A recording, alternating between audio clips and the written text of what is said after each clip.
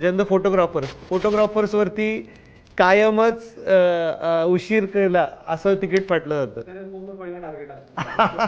कायमच पहिलं टार्गेट असतं फोटोग्राफर. पण मी ज्यावेळी बाहेरून बघत असतो इव्हेंट पूर्ण, आता आमची इव्हेंट कंपनी पण आहे की ज्यांच्याकडे मेन पॉवर नाही आहे, त्यांच्या आम्ही पूर्ण इव्हेंट रन करतो.